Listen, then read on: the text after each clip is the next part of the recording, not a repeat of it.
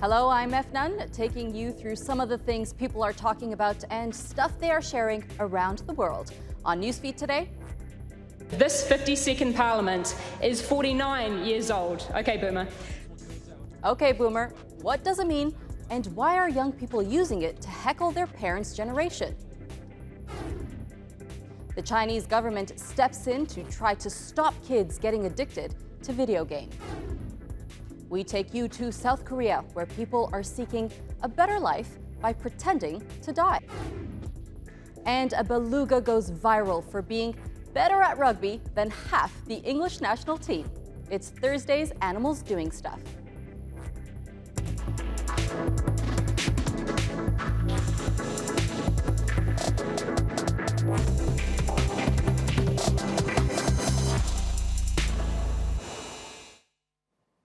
Our top story on Newsfeed today, okay, Boomer.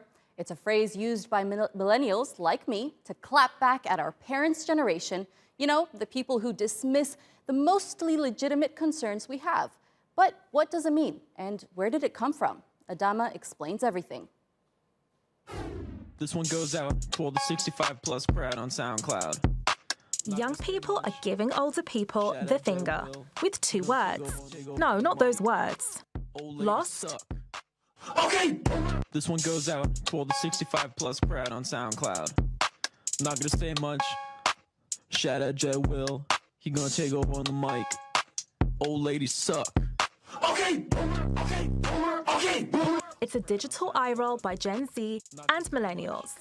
A rallying cry of mockery against oldish people and their oldish wisdoms. Specifically, baby boomers. That's the generation born after World War II, when the US saw a hike in births. They typically say things like, young people are tech-obsessed, or Greta Thunberg should be in school. Most people agree this is how it started. They don't ever want to grow up. They think that the utopian ideals that they have in their youth are somehow going to translate into adulthood. So just realize what you're creating in your mind isn't sustainable. But it's not just being used online, it's also on shirts and mugs. This week, it even made it into New Zealand's parliament. My generation and the generations after me do not have that luxury.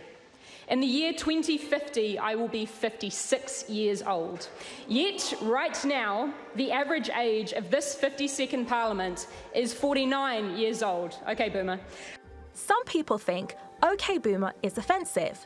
This guy even went so far as to compare it to the N-word. Nice try, mate. Reporter Taylor Lorenz says anti-boomer sentiment is marked by rising inequality, unaffordable college tuition, political polarization exacerbated by the internet, and the climate crisis. So, in their defense, baby boomers shouldn't be taking it personally. And whilst every generation needs their anthem, for the 90s crew, talk to the hand because the face don't want to hear it anymore. This latest generation of young people are proving that OK Boomer is more than just talkback.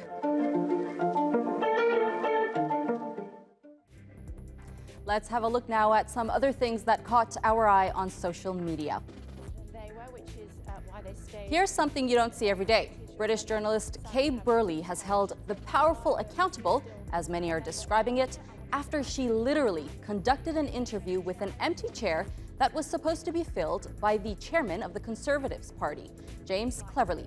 She says he refused to turn up to the interview, and he says he was booked on a radio show at the time. Anyway, this is how it all played out on live TV. Empty chair here. It was supposed to be filled, I should say, by the chairman of the Conservative Party. Where is he? He's probably 15 feet away from where I'm standing, just at the moment. I've been in to see him.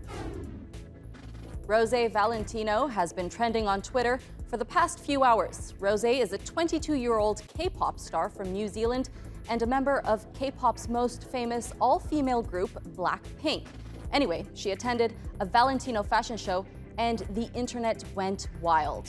Well, we can't work out why either. And we've heard of a man walking on the moon before, but these guys right here, Gavin Dan, are trying something that most people would think is impossible. They're trying to land a Coke bottle on the moon using a type of gas called butane. The bottle went up into space, but landed 238,899.99 miles short. But hey, it's the effort that counts, not to mention the fame that comes with the experiment. Their video attracted nearly 1 million views in 24 hours.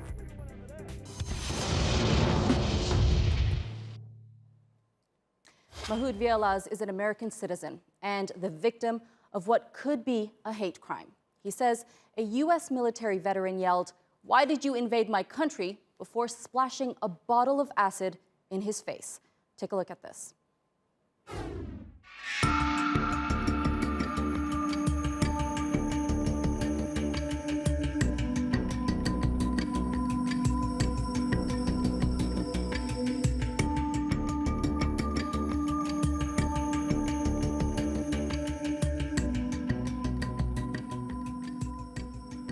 He started arguing, why you came here and invade my country? Why you came here illegally? Sir, you don't know my status. I'm a U.S. citizen too. And he get mad when I told him, everybody came here from somewhere else.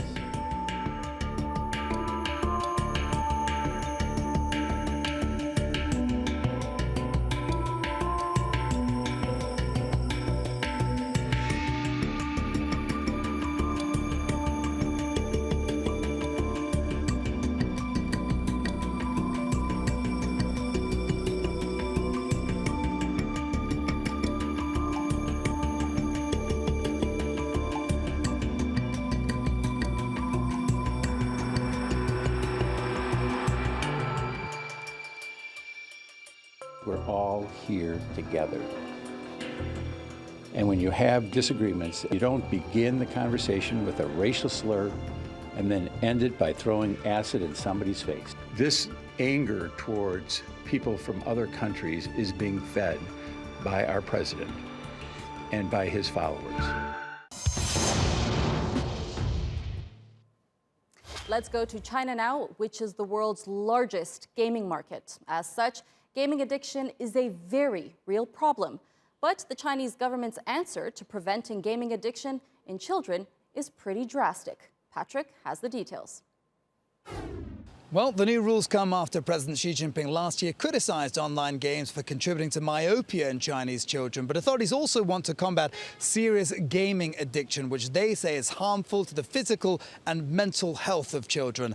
Under the new rules, those under the age of 18 will only be allowed to play online games for 90 minutes per day during the week. They will be allowed to play for 3 hours on weekends and public holidays, but they also won't be allowed to play between 10 o'clock at night and 8 o'clock in the morning. In addition, those between the ages of 8 and 16 will only be allowed to spend just under $30 a month on playing games, whereas those between the ages of 16 and 18 will be allowed to spend about $60 a month on playing games. So just how much of a game changer is this? That's the big question. And a lot of people are already saying, well, this is going to be very difficult to enforce, even though children are going to be required to use their names and identification numbers to log into play. But as one Weibo user put it, the higher-ups have policies and the lower downs have counter policies. And a lot of people are saying, well, this is just going to mean that kids are going to be using their parents' accounts to log into play. And it's also expected that this will cause an explosion in underground smartphone arcades where, you guessed it, kids are going to be able to log in and play on adults' accounts. Meanwhile, in South Korea, people are hoping to improve their lives by simulating their deaths. Yes, you heard right, by simulating their deaths. Participants as young as 25 have taken part in the so-called living funeral. Here's what it's all about.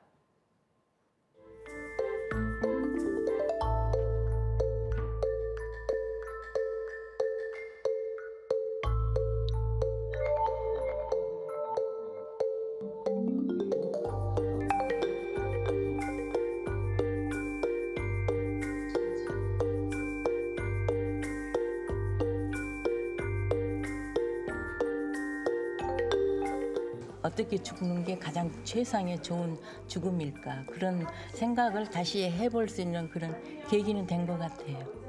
그냥 그냥 아무렇게나 사는 것보다는 그래도 죽음을 한번 의식하고 이렇게 경험을 해봄으로써 아 정말 더 앞으로 어떻게 살아야 되겠다 그런 다짐이 되는 것 같아요.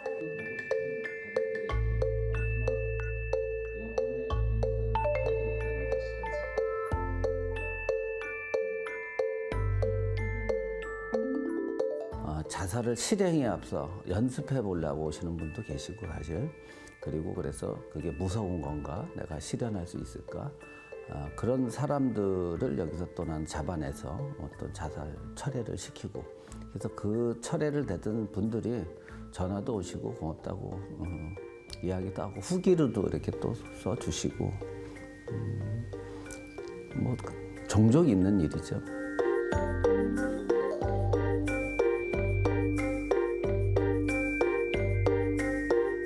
없어서는 안 되는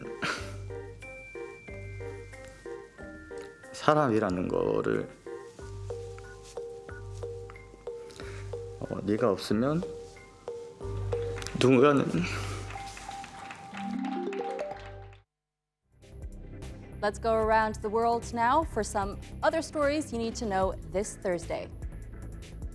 2 former employees of Twitter have been charged in the U.S. for allegedly using the platform to spy on critics of Saudi Arabia in 2015. U.S. prosecutors say the 2 men were recruited to gather private data from thousands of Twitter accounts, including information that could identify and locate Saudi dissidents. Hundreds of women have held a candlelight vigil in Lebanon's capital, Beirut, as part of nationwide protests that have swept across the country over the past month. Despite the recent resignation of Prime Minister Saad al-Hariri, people haven't stopped, demanding the entire political elite step down. Out with the old and in with the new seems to be the motto of these women who want the next generation, that is, their children, to run the country.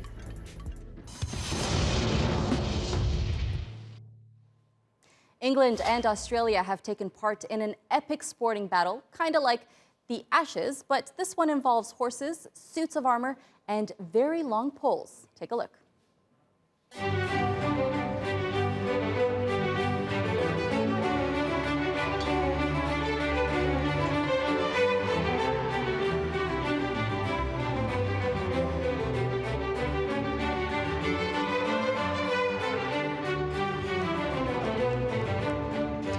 England has obviously, from the early 1960s, really been pushing historical jousting.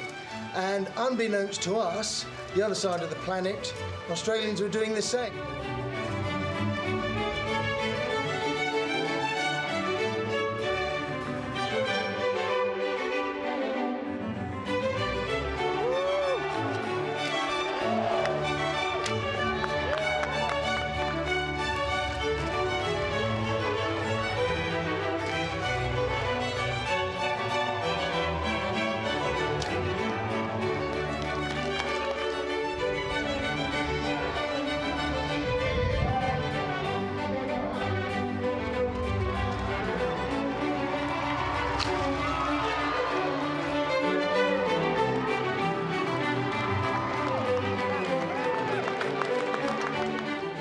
Great result for Australia. We went away with the team trophy, the Ashes, and hopefully in a couple of years we'll be over in the UK defending our title.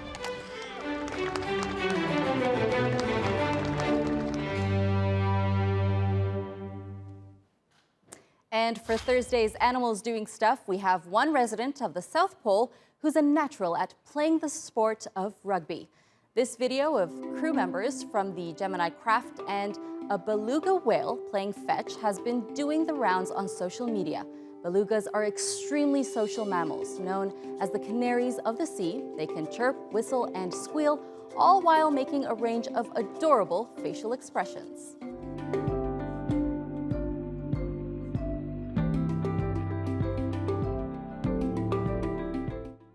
That's all from the Newsfeed team. Reach out to me with your questions, comments, complaints, and suggestions at @fnan_hun.